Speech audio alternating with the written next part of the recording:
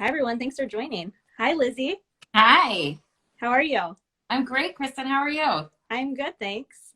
Good. All right, everyone. I guess we can get started because we have Lizzie, our expert here. Welcome everyone to the Lingokids Positive Parenting Series. We are now in season 2, and this is episode 2. And this is a topic that we have heard from so many people that they really want to talk about, screen time tips for parents.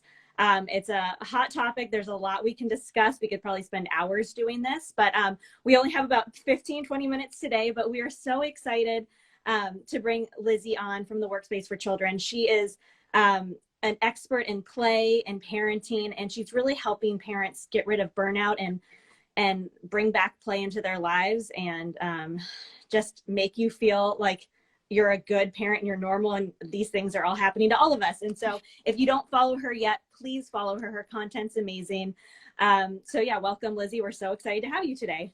Thanks so much for that intro. I'm so excited to be talking to you about screen time because I think it is something that so many parents feel guilt around. I mean, I don't even think there is a parent out there that has never felt guilt around that, right? Right.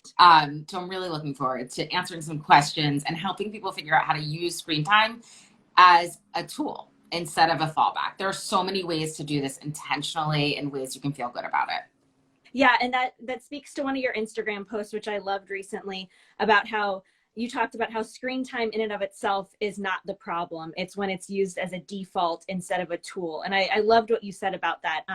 So I think that would be a great place to kick off. Like, what does that mean? How do we use screen time as a tool as crazy busy parents that are just trying to kind of survive these trying times? Sure. I mean, of course, now we all have to use screen time to help us, right? We need time back.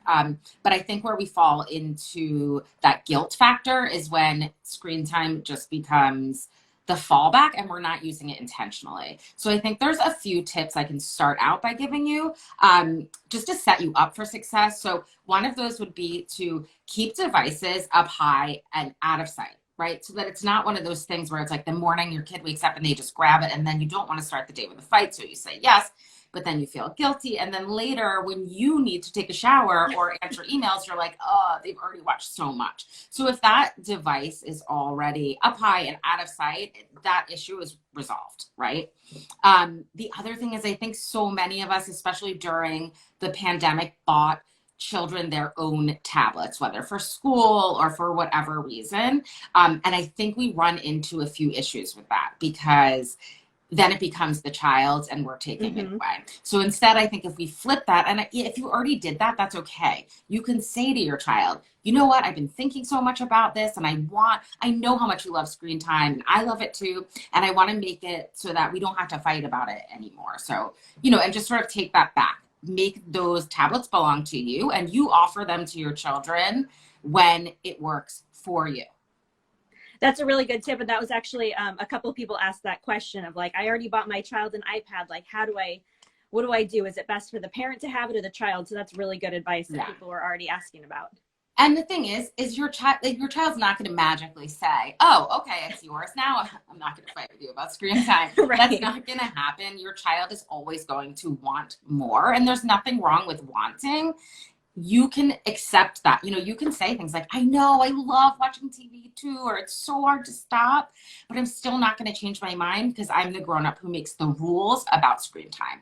So you don't have to say like, I don't know, you don't have to feel bad. Your kids are going to want more. That's normal. That's natural. We want more. So like, just remember that. Yeah.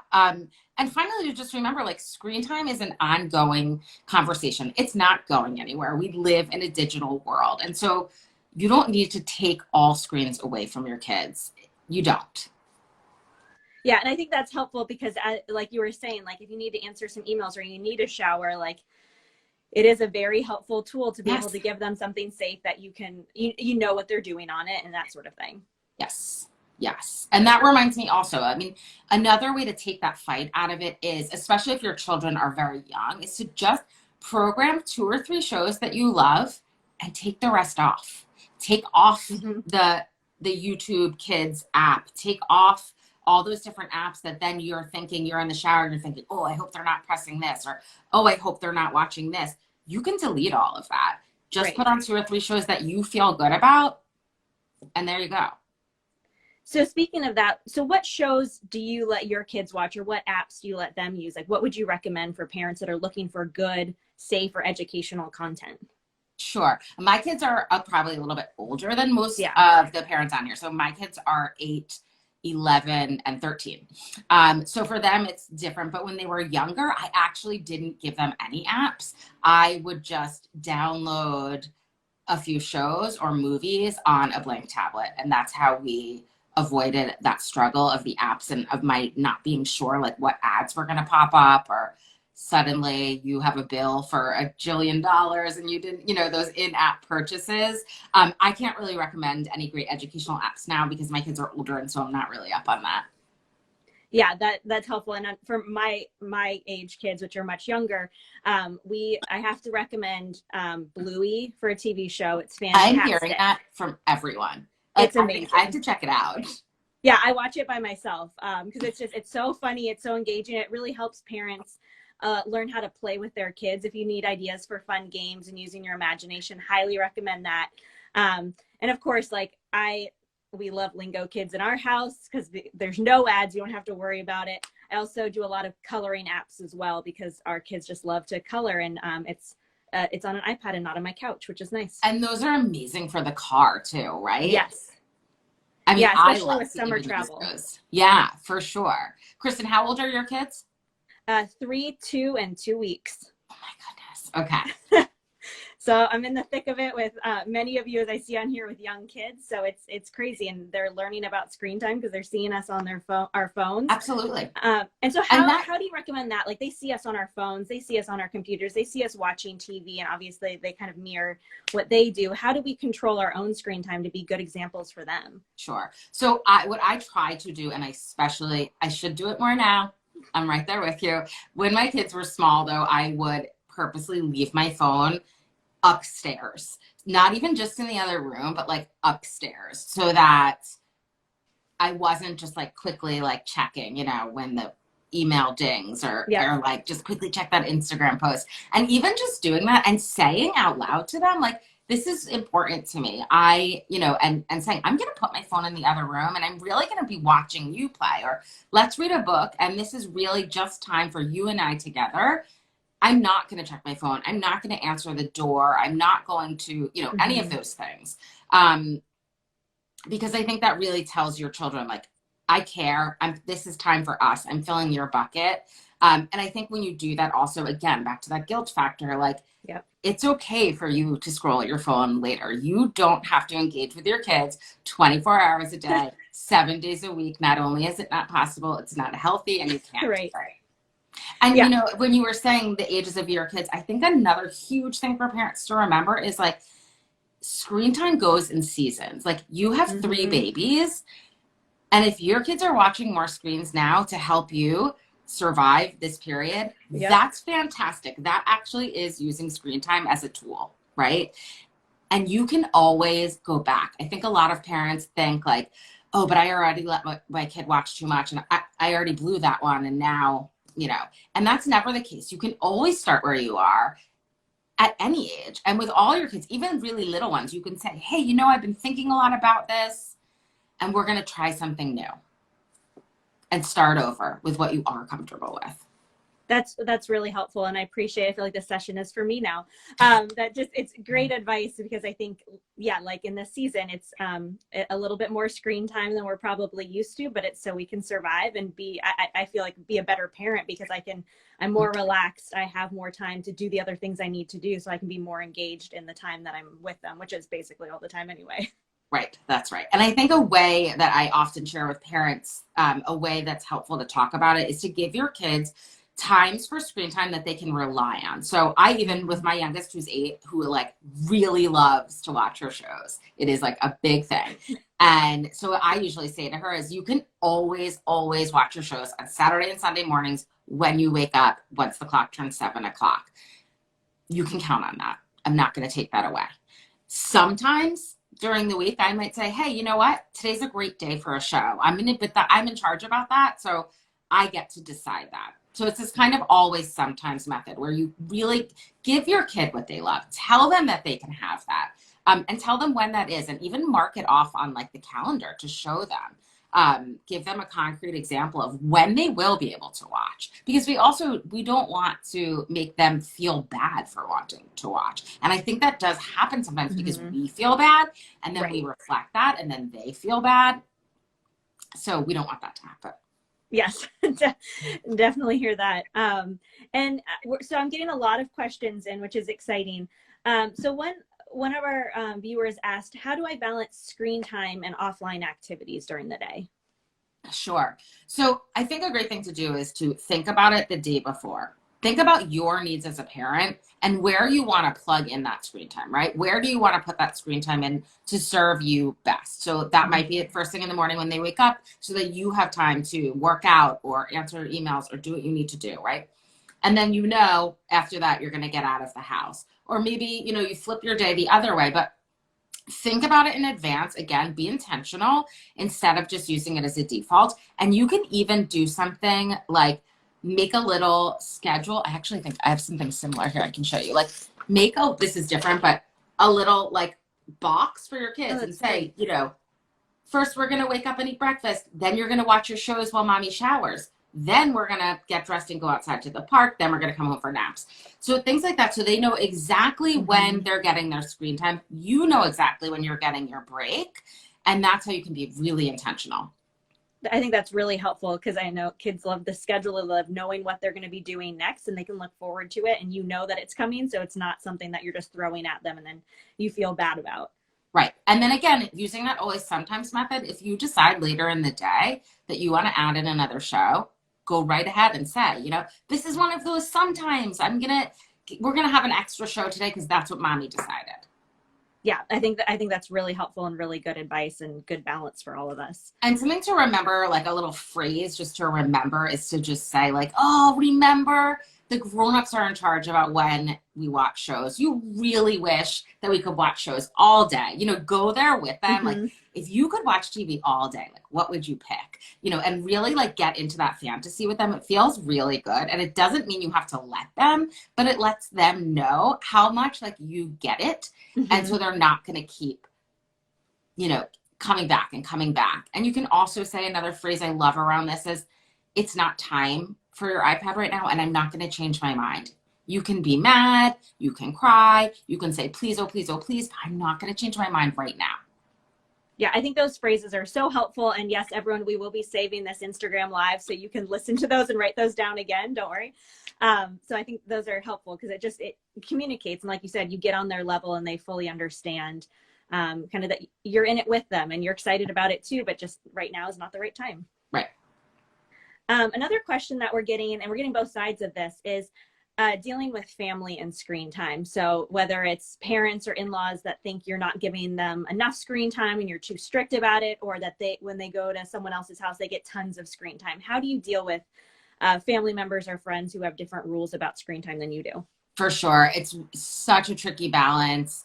It starts out as really little kids and it goes all the way through teens and tweens, when you have to deal with other people's rules and figure out your own family values. For us, after many years of trial and error and wanting to control everything about my kids when they were small and learning that I couldn't, is that one, I can say to people, when they say, but don't you think you should get your kids an Xbox? Everyone has one. And, you can just say like, in our family, we don't have one.